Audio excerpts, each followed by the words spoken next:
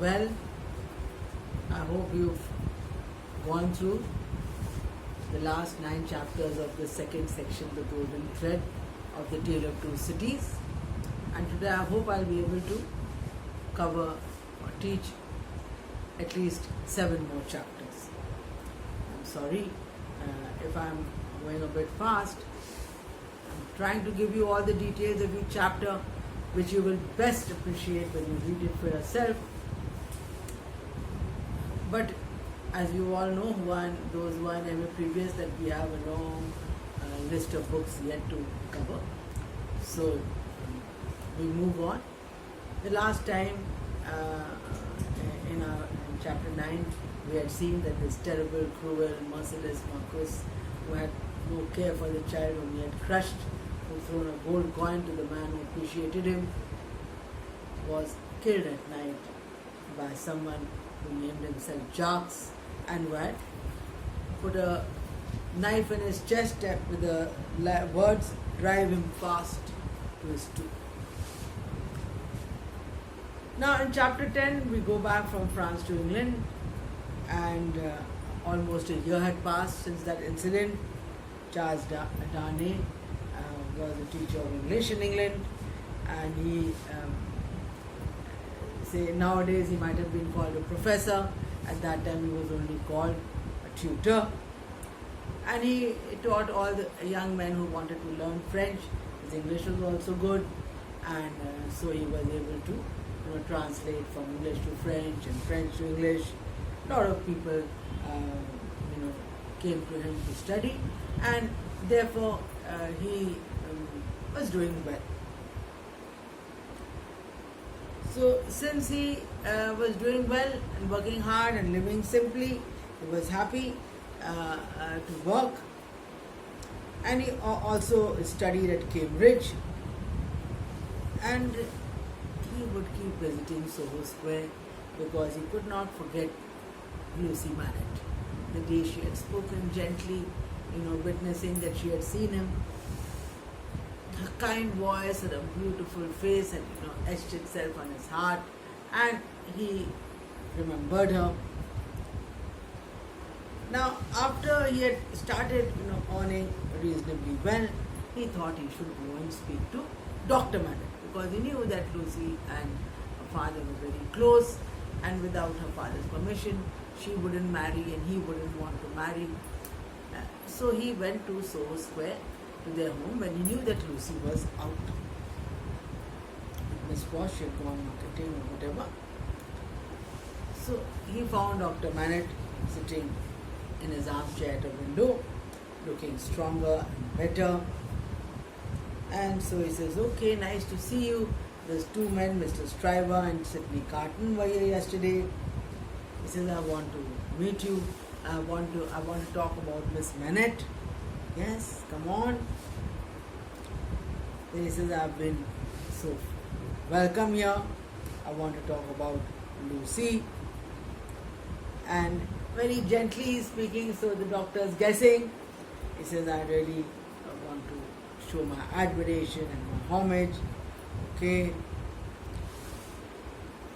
Now you know what I want to say. I love her, and I love your daughter fondly, dearly, disinterestedly, devotedly, and you have loved.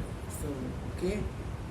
Then speak about if you remember your love, you think of my love." And the doctor goes back into his anguished past and says, No, don't speak of it." He says, "Take it. I know you love Lucy. Have you written to her?" "No."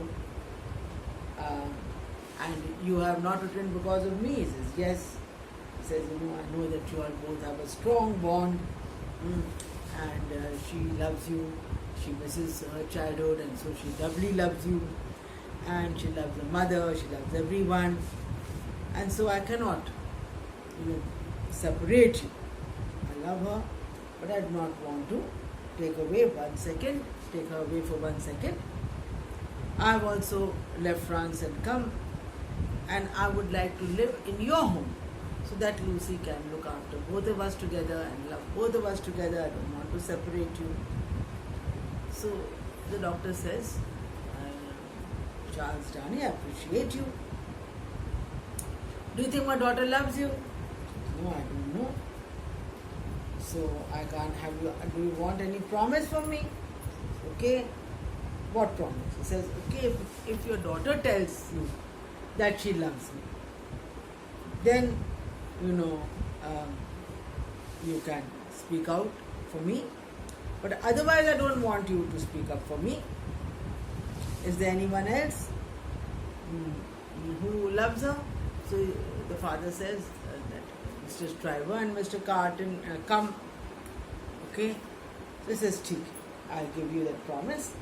Then he tells him, that I'm from France, and I want to tell you my name. So the doctor says, no, don't tell me your name. I don't want a secret from you. No, don't tell me your name. Tell me on your wedding morning. And just now we can go. So Charles Darnay left the house, and the father was sitting hammering shoes in his room. He had kept that shoe bench, and the shoes were there, the tools were there, and the daughter was troubled. She didn't know what happened. So the doctor, when he looked at Charles, he may have remembered something from his life in France. There's a mystery, I'll tell you that soon, when we reach to that point in the story.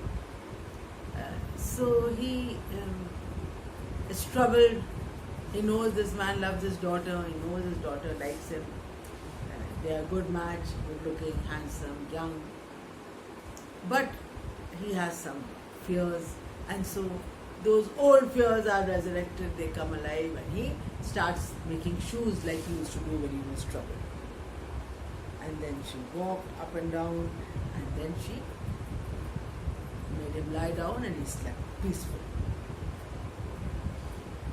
Now, in the meantime, in chapter 11, Stryver and Carton have a conversation, and Stryver is trying to check that I'd like to marry her, or I'd like to, offer for her, and she's poor and I'm rich and I'm doing well, and she should be very blessed. And you better marry someone, a woman with property, a woman with some lodgings, a small hotel, some widow. At least in your old age you'll have someone to take care of you. And they had spent a hard week working, and so Sidney Carton was in no mood of arguing and debating. He was always content to be second fiddle. Like, he didn't take another chapter with Sidney Carton that we saw last time. That he had all the abilities, but not the focus and the strong determination to take himself forward. He was willing to help others to move forward, but he did not feel himself worthwhile enough to take himself forward. So, after announcing this, of course, Sidney Carton didn't say anything to him except saying, I'll think of it. It's a short chapter. And then we find that Mr. Stryver is planning to make this proposal. He said there was a long vacation coming, and he thought before the vacation, if he gets Miss Manet's approval, then later on he can just finalize the marriage details. So he was passing Tellson's Bank on his way to Soho Square, and he thought that let me drop it. Now Mr. Stryver was a huge, a bit of a rough diamond, big, large, and this girl was delicate and pretty. So he thought, let me ask Mr. Lorry. We meet him there often. Let me ask Mr. Lorry. And so he walked in and found Mr. Lorry at his work. And referring to his size, Dickens writes, it was Mr. Stryver's grand peculiarity that he always seemed too big for any place or space, very large. So he waited for Mr. Lorry, and then he said, can I do something for you? He said, I want a private word. Okay, I'm going to make an offer of marriage to your friend Miss Manet. Just because someone opened their doors to you and gave you a cup of tea doesn't mean you can offer that girl a proposal of marriage. dubiously. Though he was 60 plus, Mr. Lorry was not very happy with the idea, looked at him very doubtfully. He says, there's so much of you. Sure. I don't understand. He said, am I eligible? Of course you're eligible. Am I not prosperous? Prosperous. Am I not advancing? Advancing. Then he says, then when I'm prospering and advancing and eligible, then why don't you want me to go? So Mr. Lorry is a diplomatic man. He says, I think you should not make an attempt unless you know you're going to succeed. Okay, that's a good reason. Yes, I want you to succeed with the lady. Okay. Then he says, do you think the lady is a fool? Oh, yeah, I'm prosperous, I'm eligible and I'm advancing. Any fool of a girl will say no to me. He says, no, it's not that. He says, I could not speak disrespectfully of the lady, but he just says that, what I mean is, you came to ask for my advice, and therefore, as a man of business, I've carried that, I don't know anything about it, but I've carried that girl in my arms and I'm a friend and I love them. And so because I know them so well, don't you think I might be right? He says, no, I can't find third parties of any use to me. So he says, okay, see, they might not be able to say no to you, and they might not be able to say yes to you properly. So if you let me do the inquiring for you, let me take this observation, let me test his soundness, then I will go and find out. And then in a few hours in the evening I'll come and tell you.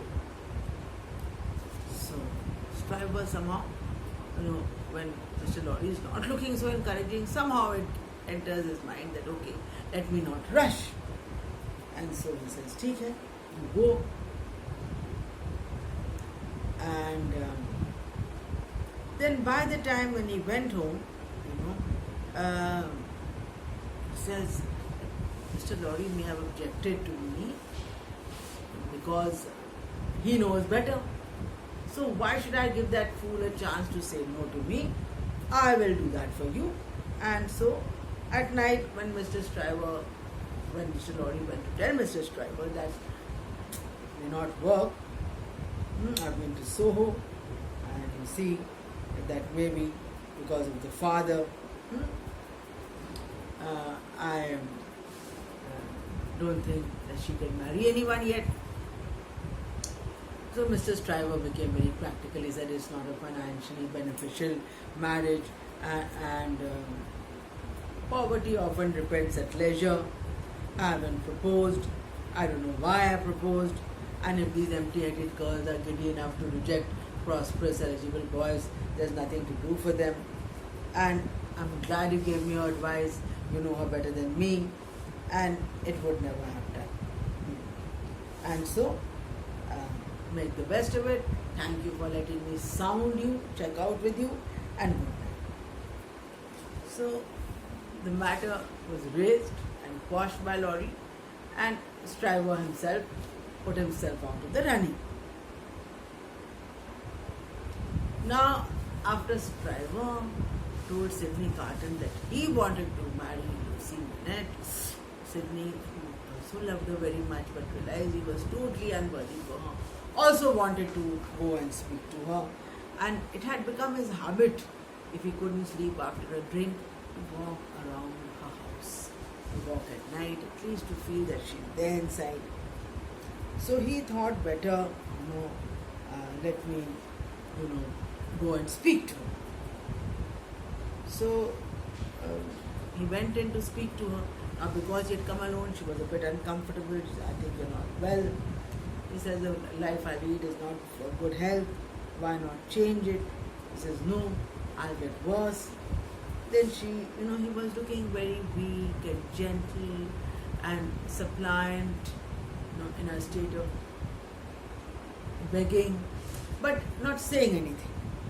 So she kept on, encouraging him. He kept on saying, I'm bad and I'm useless.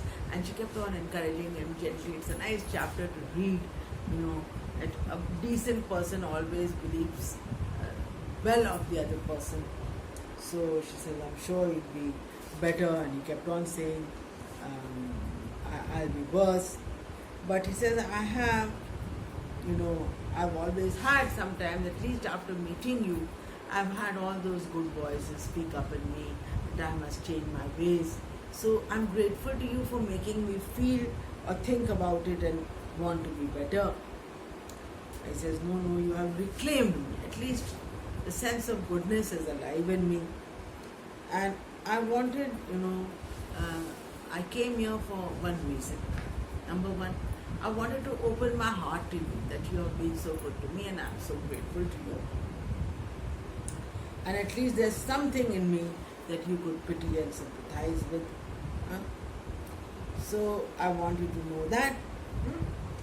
And I will never, talk about this love and this affection that I have for you or this request that I have made. But even when I die, I will hold this memory of your kindness and gentleness, that you tried to make me better. And then she was beginning to weep. She says, no, don't weep. All this goodness has come up, but in a little while my bad companion and my bad life will again make me wicked. I am going, but I just want to tell you that I would do anything for you. If ever you need my life, if ever there's a man who would give his life to keep a life you love, so not only he says, I love you, but if ever you need my life, I'm willing to lay it down that those you love may be alive beside you. And he said those heartful words and moved away. And you can well imagine, just in narrating it, we feel sympathy. So it's a beautiful chapter 13 of the Golden Thread. Gentleness.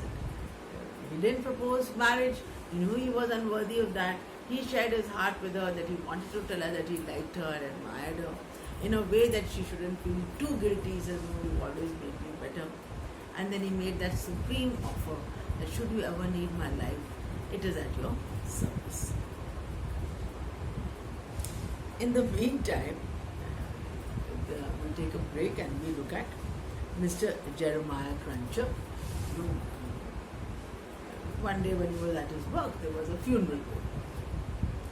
And somehow that man was a very wicked man. And that was that Robert Clyde, the servant of who had said I was his servant, Charles Darnay's servant. And he was dead and being buried, and suddenly everyone remembered his misdeeds, and they all began shouting and screaming at the roads, and a lot of crowds joined him, and he was taken to the cemetery to be buried. And it was a vivid description of that scene: beer drinking, pipe smoking, song roaring, people that finally reached the graveyard. And then they did some more breaking after that. And he spoke with the undertakers. He got a pipe, smoked it, and tried to look at that place very carefully. And then he went back home. The bank closed. Then he told his wife, see, I've got some work to do. And I don't want you all to get out of the house, and I don't want you to kneel down and pray, because if anything goes wrong with my work, I know you've been praying. He says, and she looked very sadly at him and shook her head. He says, no, you're praying right away. So Carrie told Jerry also, not following me. And then he got up, told his son, keep your wife busy.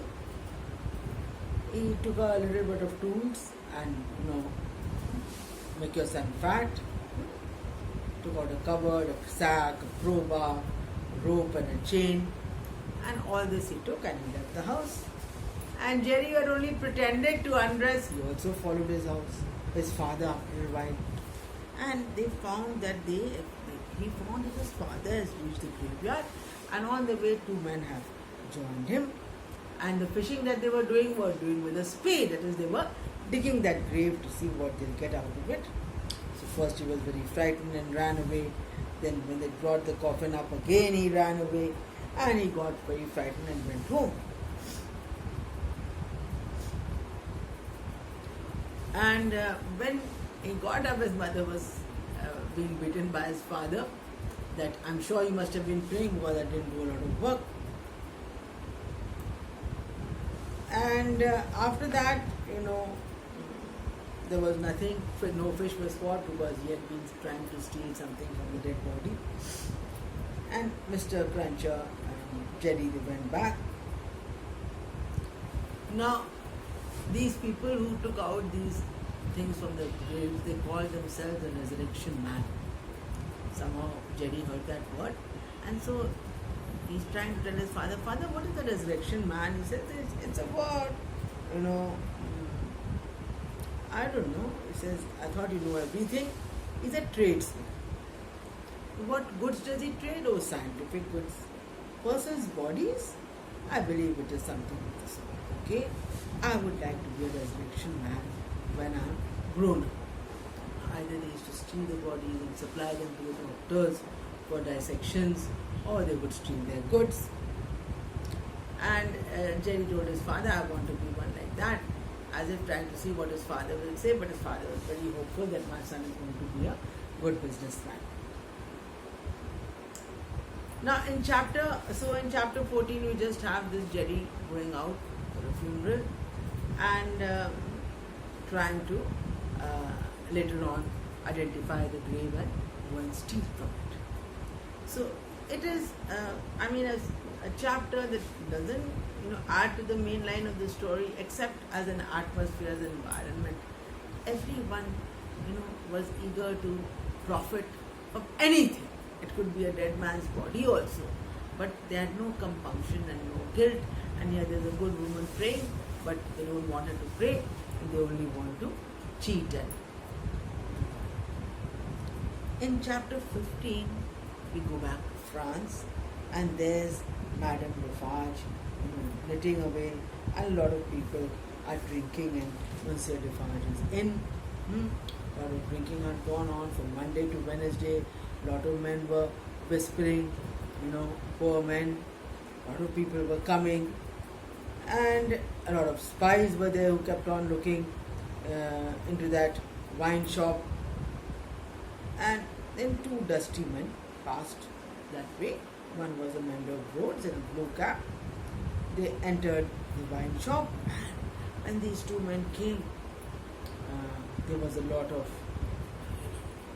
interest in them. So he says, he introduces this Jacques, the mender of roads, to his madam, to his wife, and he says, "Okay, come on, here's some wine for you." And then, he waited. He had brought some bread, and so he ate that bread, and he asked for a room. So there, Defarge took him up, and the room where Dr. Manik was staying. And when he opened the room, there were 4 men already. Jacques 1, Jacques 2, Jacques 3, Jacques 4, and Jacques 5.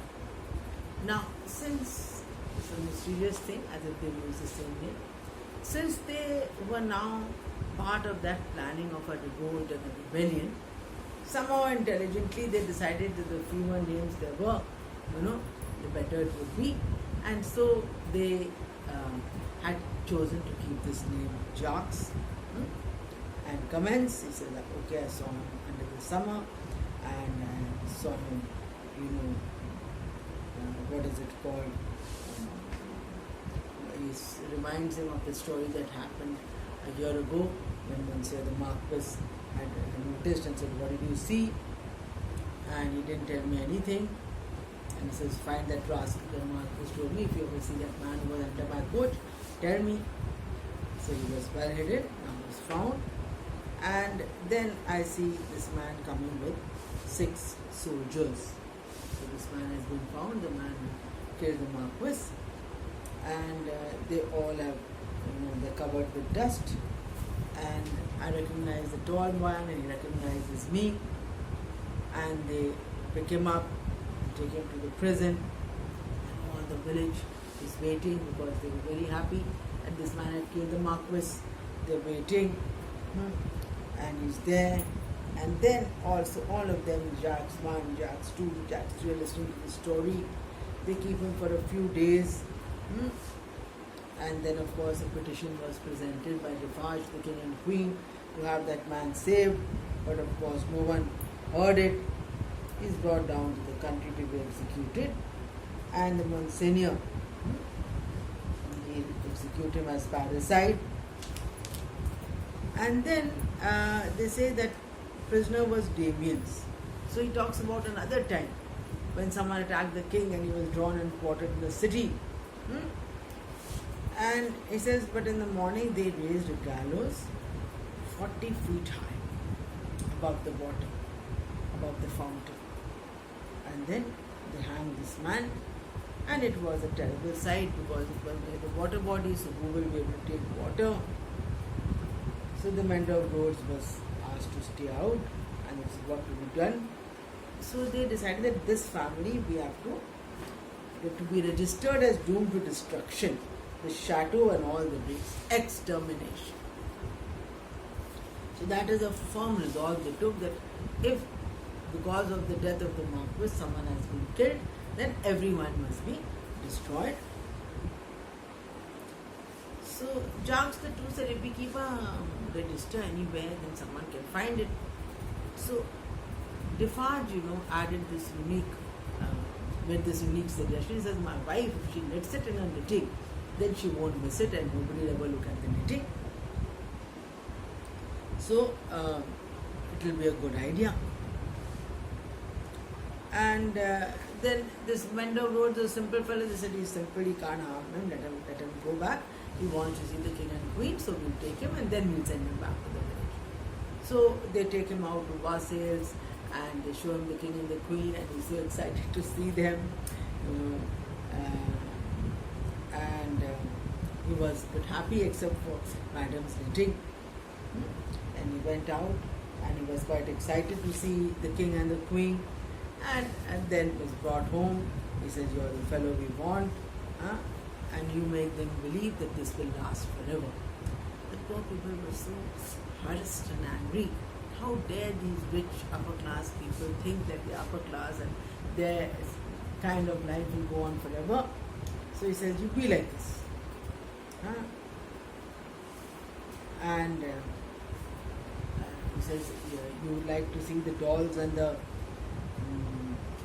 birds, all these pretty creatures looking so beautiful. Now you've seen them, now you know.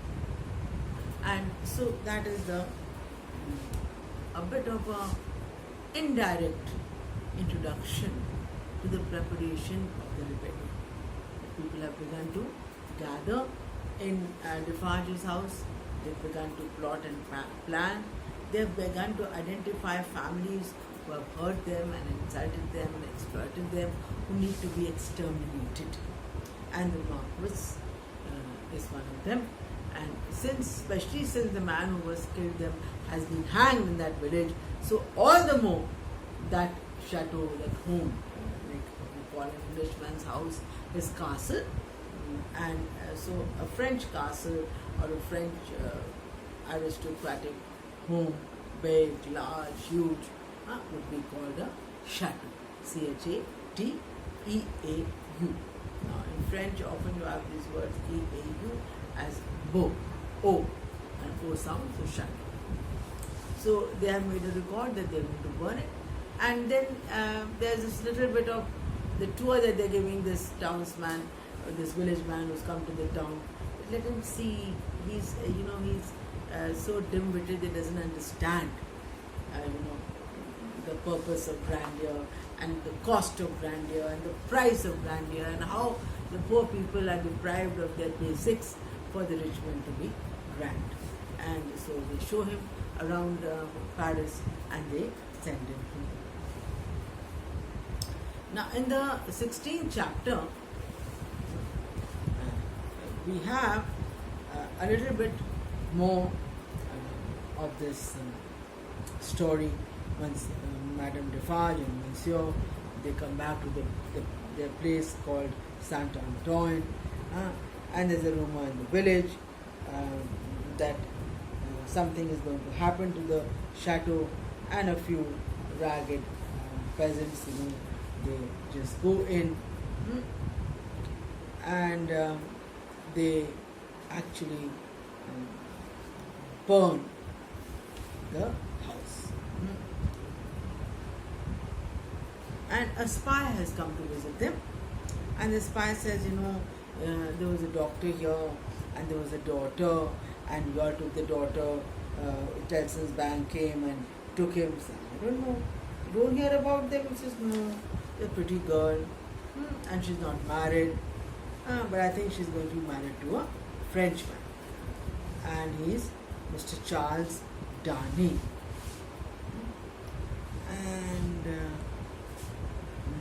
And his wife, he's taken his mother's name, D'Aulnay, and so D'Aulnay is called himself Darnay.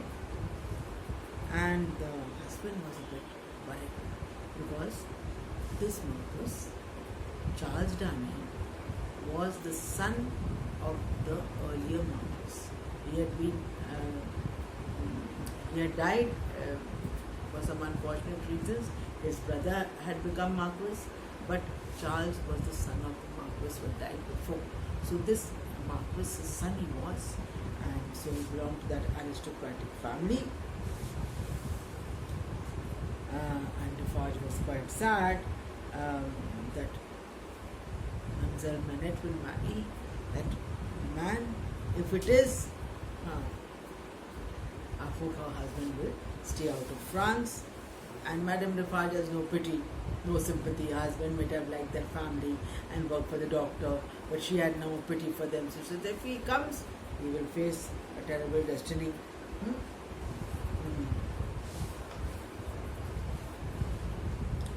And so Defarge is a bit worried because they have been kind and loving to Dr. Manette, who had been kind and loving to them long, long ago, and now this terrible thing is going to happen. And she,